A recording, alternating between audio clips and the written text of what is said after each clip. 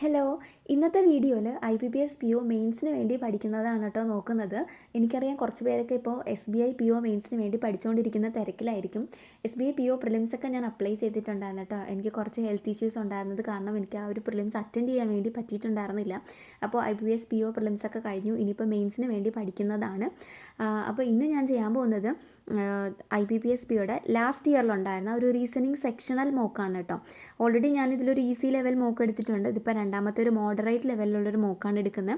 ഇത് 45 question 60 mark 1 മണിക്കൂറാണ് നമുക്ക് സമയം. അതായത് ഇത് കഴിഞ്ഞ വർഷത്തെ പാറ്റേൺ ആണ്. ഇത്തവണയുള്ള പാറ്റേൺ മാറി. അപ്പോൾ അത് ഈ ഒരു മോക്ക് എടുക്കുന്ന ആപ്പിനകത്തോട്ട് വന്നിട്ടില്ല. അപ്പോൾ ഈ ഒരു മോക്ക് ടെസ്റ്റ് എടുത്തിട്ട് ഉള്ളൊരു സ്കോറാണ് കേട്ടോ കാണിക്കുന്നത്.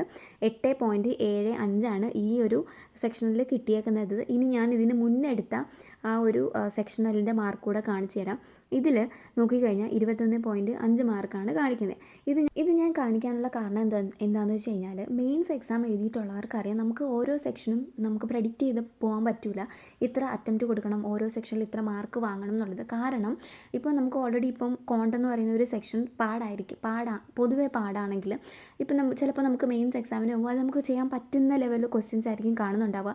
റീസണിങ് നമുക്ക് പൊതുവേ എല്ലാവർക്കും ചെയ്യാൻ പറ്റും എന്നുള്ളൊരു കോൺഫിഡൻസ് ഉള്ളൊരു ഇതാണ്, ഒരു സെക്ഷനാണ്. പക്ഷേ ചിലപ്പോൾ മെയിൻസിൽ നമ്മൾ പോകുമ്പോൾ ഏതെങ്കിലുമൊക്കെ പസിൽസൊക്കെ നമ്മൾ സ്റ്റക്കായി പോകും, അല്ലെങ്കിൽ അതൊക്കെ കുറച്ചുകൂടി ഡിഫിക്കൽട്ടായിരിക്കും ക്വസ്റ്റ്യൻ വരുന്നുണ്ടാവുന്നത്. അപ്പോൾ നമുക്ക് ഏത് സെക്ഷനാണ് ഈസി ആയിട്ട് കൊടുക്കുന്നത്, ഏതാണ് പാടായിരിക്കും ഞാൻ പറയാൻ പറ്റില്ല.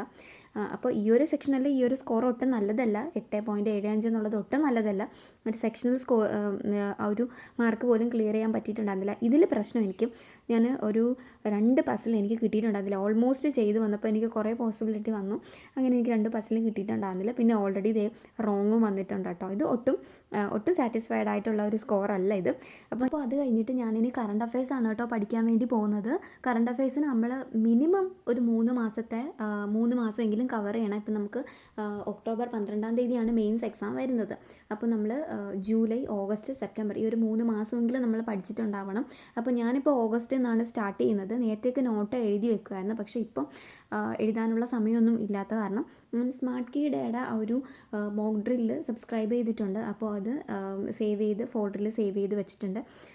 വീക്ക്ലി PDF ആണ് കേട്ടോ. ഓഗസ്റ്റ് ആദ്യത്തെ ആഴ്ചയുള്ള ആ ഒരു PDF ഇതുപോലെ പഠിക്കുന്നുണ്ട്. ഇനി നമ്മൾ നോക്കിക്കഴിഞ്ഞാലേ നമ്മുടെ മുമ്പിൽ ആകെ 40 ദിവസം കണ്ട് നമുക്കുള്ളൂ കഷ്ടിച്ച് PO മെയിൻസ് വരാനായിട്ട്. അപ്പോൾ ഓരോ ദിവസവും ഇത്ര കറണ്ട് അഫയേഴ്സ് വീതം പഠിക്കണം എന്ന് ഓർത്ത് നമ്മൾ നോക്കിക്കഴിഞ്ഞാൽ നമുക്ക് കാണാൻ പറ്റും നമുക്ക് സമയം ഒട്ടും തികയില്ല. അതുകൊണ്ട് ഒരാഴ്ചയുള്ള കറണ്ട് അഫയേഴ്സ് മാക്സിമം ഒരു 2 ദിവസം എടുക്കാവൂ. ഒരു 2 ദിവസം കൊണ്ട് തന്നെ ഒരാഴ്ചയുള്ള കറണ്ട് അഫയേഴ്സ് പഠിച്ച് അത്രയും സ്പീഡിൽ നമ്മൾ പഠിച്ച് പോയാൽ കറണ്ട് അഫയേഴ്സ് നമുക്ക് കവർ ചെയ്യാൻ പറ്റുള്ളൂ. 35 ക്വസ്റ്റ്യൻ 50 മാർക്കിനാണ് കറണ്ട് അഫയേഴ്സിൻ്റെ പുതിയ പാറ്റേൺ വന്നിട്ടുള്ളത്. ഈ ഒരു പ്രിലിംസ് എക്സാമിന് മുന്നേ തന്നെ കറണ്ട് അഫയേഴ്സ് പഠിക്കണം എന്ന് നമ്മൾ പൊതുവേ കേട്ടിട്ടുണ്ടല്ലോ. അങ്ങനെയാണെങ്കിൽ നമുക്ക് പഠിക്കാൻ വേണ്ടി പൊതുവെ മടിയാണ്. എപ്പോഴും പ്രിലിംസ് കഴിയുമ്പോഴാണ് നമുക്ക് കറണ്ട് അഫയേഴ്സ് കൂടെ പഠിക്കണം എന്നുള്ള ആ ഒരു ത്വര വരുന്നത്. അപ്പോഴാണ് നമ്മൾ ശരിക്കും പഠിക്കാൻ വേണ്ടി തുടങ്ങുന്നത്. അപ്പോൾ അത് കഴിഞ്ഞിട്ട് ഞാൻ കുറച്ചൊന്ന് റിഫ്രഷ് ആവാൻ വേണ്ടിയിട്ട് വൈകിട്ടായപ്പോഴത്തേക്കും ചായയൊക്കെ ഉണ്ടാക്കി. പിന്നെ അതിൻ്റെ കൂടെ ചക്കവറ്റിലൊക്കെ കഴിച്ചിട്ട് പിന്നെ അതും കൂടെ കുടിച്ചുകൊണ്ടാണ് കേട്ടോ കറണ്ട് അഫയേഴ്സ് നോക്കിക്കൊണ്ടിരുന്നത്. പിന്നെ നമ്മുടെ ഇവിടെ ഒരു പൂച്ചക്കുട്ടിയുണ്ട്. അപ്പോൾ അവളിങ്ങനെ ഞാൻ പഠിക്കുമ്പോഴത്തേക്കായാലും എൻ്റെ അടുത്ത് ഓടി വരും. ഇപ്പോഴും മാന്തലൊക്കെ ഉണ്ട് കേട്ടോ ആൾക്ക്. അങ്ങനെ അടുത്ത് വന്നിരിക്കും. പിന്നെ അവളെ കുറച്ച് നേരം ഇങ്ങനെ കളിപ്പിക്കും. അത് നമ്മളെപ്പോഴും ഇങ്ങനെ പഠിച്ചുകൊണ്ടിരിക്കും. നമുക്ക് കുറച്ച് എന്തെങ്കിലുമൊക്കെ ഒരു എൻ്റർടൈൻമെൻ്റ് ഒക്കെ വേണ്ടേ. അപ്പോൾ നമ്മളിങ്ങനെ പുറത്തോട്ടൊക്കെ ഒന്ന് ഇറങ്ങി ഇടയ്ക്ക് ഫോണൊക്കെ യൂസ് ചെയ്യുന്നതുകൊണ്ട് കുഴപ്പമില്ല കേട്ടോ. അങ്ങനെ ഫോൺ യൂസ് ചെയ്യണമെന്ന് ഞാൻ അങ്ങനെ എൻകറേജ് ചെയ്യൂല. എന്നാലും നമ്മൾ ഇടയ്ക്കൊന്ന് പുറത്തോട്ടൊക്കെ ഇറങ്ങി ഇതുപോലെ വീട്ടിൽ പെറ്റൊക്കെ ഉണ്ടെങ്കിൽ അതിനെയൊക്കെ കളിപ്പിക്കുന്നതും അങ്ങനെയൊക്കെ ഒന്ന് പുറത്തോട്ടൊക്കെ ഇറങ്ങി നിൽക്കുന്നതും അതൊക്കെ നല്ലതാണ്. ഇനി അത് കഴിഞ്ഞിട്ട് രാത്രി ആയപ്പോഴത്തേക്കും ഞാൻ വന്നിട്ട് എന്താ ചെയ്യണമെന്ന് വെച്ച് കഴിഞ്ഞാൽ ഇതുണ്ടോ, ഇതിൽ ടൈപ്പിംഗ് സ്പീഡ് ടെസ്റ്റ് നമ്മൾ ഗൂഗിൾ ചെയ്ത് നോക്കുമ്പോൾ നമുക്ക് ആദ്യം ഈ ഒരു സൈറ്റ് കാണിക്കും. ഇതിൽ കയറിയിട്ട് നമുക്ക് മെയിൻസിന് ഡിസ്ക്രിപ്റ്റീവ് ഉണ്ട്. കഴിഞ്ഞ തവണയ്ക്ക് നമുക്കൊരു ലെറ്ററും ഒരു essay ആയിരുന്നു. പക്ഷേ ഇത്തവണത്തെ പാറ്റേൺ അനുസരിച്ച് ഒരു essayയും ഒരു കോംപ്രഹെൻഷനുമാണ് വരുന്നത്. അപ്പോൾ ഇതെന്താണെന്ന് വെച്ച് കഴിഞ്ഞാൽ നമുക്ക് essayയിൽ കുറേ ടോപ്പിക്ക് തരും. അതിലേതെങ്കിലും കുറേ അല്ല കേട്ടോ, 2-3 എങ്ങാണ്ടേ ഉണ്ടാവുള്ളൂ. അപ്പോൾ അതിൽ ഒരു ടോപ്പിക്ക് നമ്മൾ സെലക്ട് ചെയ്തിട്ട് അതിനെ പറ്റിയിട്ടൊരു essay എഴുതണം. ആ ഒരു സമയം കൊണ്ട് നമ്മൾ ആ ഒരു ടോപ്പിക്കിനെ പറ്റി ആലോചിച്ച് അതിനെ ഇംഗ്ലീഷിലോട്ട് ആക്കുകയും വേണം. അതേ സമയം തന്നെ നമുക്ക് അത്രയും ടൈപ്പിംഗ് സ്പീഡ് വേണം. അപ്പോൾ ടൈപ്പിംഗ് സ്പീഡ് വേണമെങ്കിൽ നല്ലപോലെ നമ്മളിങ്ങനെ പ്രാക്ടീസ് ചെയ്യണം. ഒരു ദിവസം അരമണിക്കൂറൊക്കെ വെച്ചിട്ട് ഇതുപോലെ ഒന്ന് പ്രാക്ടീസ് ചെയ്ത് നോക്കിയാൽ മതി. ഞാനിപ്പോൾ 1 മിനിറ്റിൻ്റെ ടെസ്റ്റാണ് എടുക്കുന്നത്. 1 മിനിറ്റിൽ, അതായത് എത്ര വേർഡ് പെർ മിനിറ്റ് എന്നുള്ളത് ഒരു 40 വേർഡ് പെർ മിനിറ്റ് ഒക്കെയാണ് നിങ്ങളെന്നുണ്ടെങ്കിൽ കുഴപ്പമില്ല, അത് നല്ലതാണ്. അത്രയും സ്പീഡിൽ ചെയ്യാൻ പറ്റുന്നുണ്ടെങ്കിൽ എങ്കിൽ നമുക്ക് ആ ഒരു ടൈമിനകത്ത് നമുക്ക് ആ ഒരു ടോപ്പിക്കിനെ പറ്റി ആലോചിക്കണം. ഇത്രയും സ്പീഡിൽ ടൈപ്പ് ചെയ്ത് കയറ്റുകയും വേണം. നമുക്ക് അരമണിക്കൂറേ ഉള്ളൂ. കോംപ്രഹെൻഷനും ഉണ്ട്, എസ്സേ ഉണ്ട്. അപ്പോൾ അത് ടൈപ്പിംഗ് സ്പീഡ് കുറവായിട്ടുള്ളവരാണെങ്കിൽ അതും കൂടെ ഒന്ന് ഇതിൻ്റെ കൂടെ തന്നെ ഡെയിലി ഒരു അരമണിക്കൂറൊക്കെ വെച്ചിട്ട് അതൊന്ന് ഇമ്പ്രൂവ് ചെയ്ത് പോയാൽ മതി കേട്ടോ. പിന്നെ ഇനി അത് കഴിഞ്ഞിട്ട് SBI ക്ലർക്കിൻ്റെ ഒരു പ്രിലിംസ് മോക്ക് എടുക്കാമെന്ന് വിചാരിച്ചിട്ടുണ്ടായിരുന്നു. ഞാനിപ്പോൾ മോക്ക് എടുക്കുന്നത് ഗൈഡ്ലിയാണ് കേട്ടോ. അപ്പോൾ നിങ്ങൾ ഏത് ആപ്പാണ് യൂസ് ചെയ്യുക, എന്തായാലും ഉറപ്പായിട്ടും ഒരു മോക്ക് ടെസ്റ്റ് ആപ്പ് കയ്യിലുണ്ടാവണം.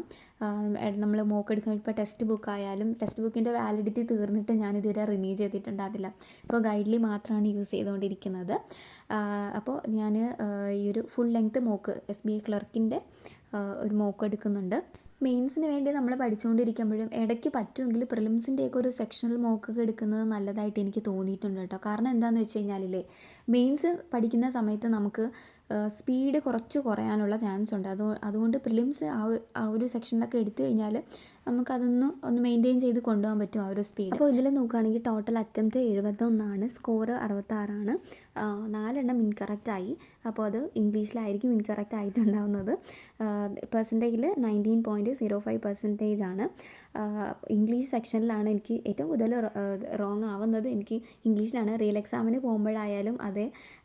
ഇതിപ്പോൾ നമ്മൾ SBIയിൽ നമുക്ക് സെക്ഷണൽ എത്ര ഇൻകറക്റ്റ് ആയാലും കറക്റ്റ് ആയാലും ഒന്നും കാര്യമില്ല. കാരണം ഇതിൽ സെക്ഷണൽ മാർക്ക് SBI ക്ലർക്കിലില്ല. IBPS ക്ലർക്കും POയിലൊക്കെയാണ് വരുന്നത്. SBIയിൽ അങ്ങനെ ഒരു പ്രശ്നമില്ല. എങ്കിലും ഇൻകറക്റ്റ് ആവാതെ മാക്സിമം നമ്മൾ ആക്യുറേറ്റ് ആയിട്ട് ചെയ്യുന്നതാണ് നമുക്ക് സ്കോർ കിട്ടും കേട്ടോ. നോർമലൈസേഷനൊക്കെ വരുമ്പോൾ നമ്മൾ ചെയ്തേക്കുന്ന ഫുൾ ആൻസേഴ്സും കറക്റ്റ് ആണെങ്കിൽ എക്സ്ട്രാ മാർക്ക് കിട്ടും. എനിക്കങ്ങനെ കിട്ടിയിട്ടുണ്ട്. നേരത്തെയുള്ള ആ ഒരു റിയൽ എക്സാമിന് അങ്ങനെ എനിക്ക് കിട്ടിയിട്ടുണ്ടായിരുന്നു. അപ്പോൾ ഇത്രയേ ഉള്ളൂ ഇന്നത്തെ വീഡിയോ. ഇപ്പം തന്നെ സമയം 10:30 ആയിട്ടുണ്ടായിരുന്നു. ഇനി നമുക്ക് അടുത്തൊരു വീഡിയോയിൽ കാണാം. ടാറ്റാ.